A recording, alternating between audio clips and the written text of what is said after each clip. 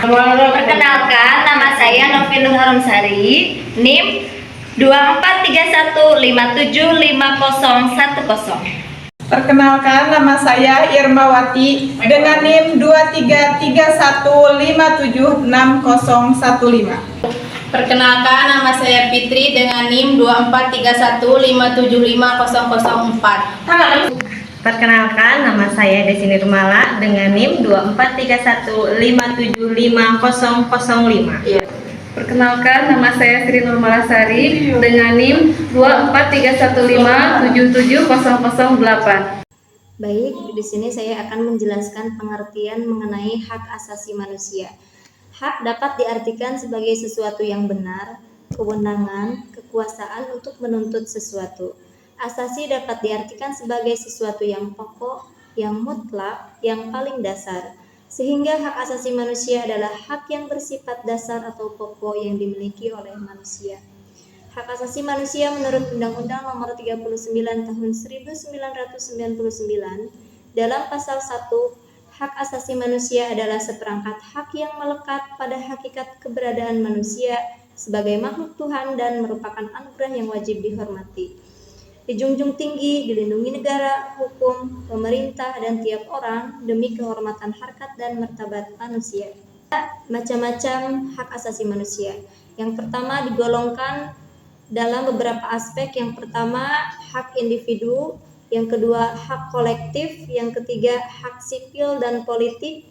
Yang keempat, hak ekonomi, sosial, dan budaya. Pembagian bidang, jenis, dan macam HAM dunia meliputi: 1. Hak asasi pribadi atau personal right. Yang kedua, hak asasi politik atau political right. Yang ketiga, hak asasi hukum atau legal equality right. Yang keempat, hak asasi ekonomi atau property right. Dan yang kelima yaitu hak asasi peradilan atau procedural right. Sejarah perkembangan HAM. Yang pertama, Piagam Madinah atau Konstitusi Madinah, sebuah dokumen yang dibuat oleh Nabi Muhammad SAW sebagai perjanjian formal antara dirinya dengan semua suku dan kaum penting di Yathrib, dengan tujuan untuk menghentikan pertentangan sengit antara Bani Aus dan Bani Khazraj di Madinah. Dengan piagam ini juga Nabi Muhammad SAW berhasil menyatukan kelompok Muhajirin dan Ansor dan beberapa kelompok lainnya. Dokumen ini menetapkan hak-hak dan kewajiban bagi kaum muslim, Yahudi, dan komunitas-komunitas pangan Madinah sehingga menjadi kesatuan kelompok. 2. Di Amerika, ketika rakyat Amerika memberontak melawan penguasa Inggris pada tahun 1776, pemikiran John Locke terlihat jelas dalam Deklarasi Kemerdekaan Amerika Serikat yang dikenal dengan Declaration of mengandung Independence of the United States, yang merupakan piagam HAM karena mengandung pernyataan bahwa sesungguhnya semua bangsa diciptakan sama derajatnya oleh Maha Pencipta.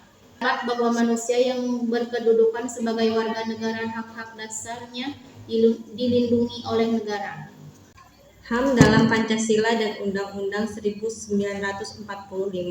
HAM ditinjau dari sila-sila Pancasila. Yang pertama, ketuhanan yang Maha Esa, bebas memilih agamanya masing-masing. Yang kedua, kemanusiaan yang adil dan beradab, semua orang dilakukan secara pantas. 3. Persatuan Indonesia, adanya keseimbangan yang harmonis.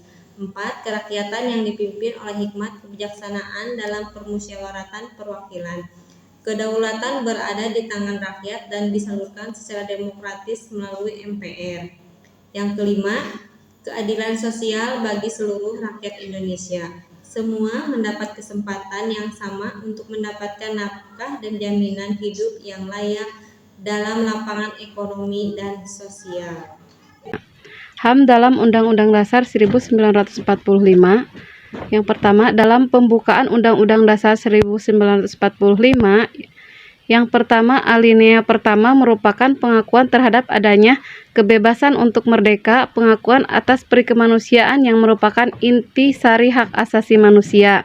Yang kedua, alinea kedua, Indonesia merupakan negara yang adil. Dengan demikian, salah satu tujuan negara hukum adalah untuk mencapai keadilan.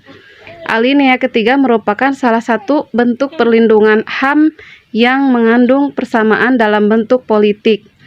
Alinea keempat meliputi pengakuan dan perlindungan dalam bidang politik, ekonomi, kultur, hukum, sosial, dan ekonomi.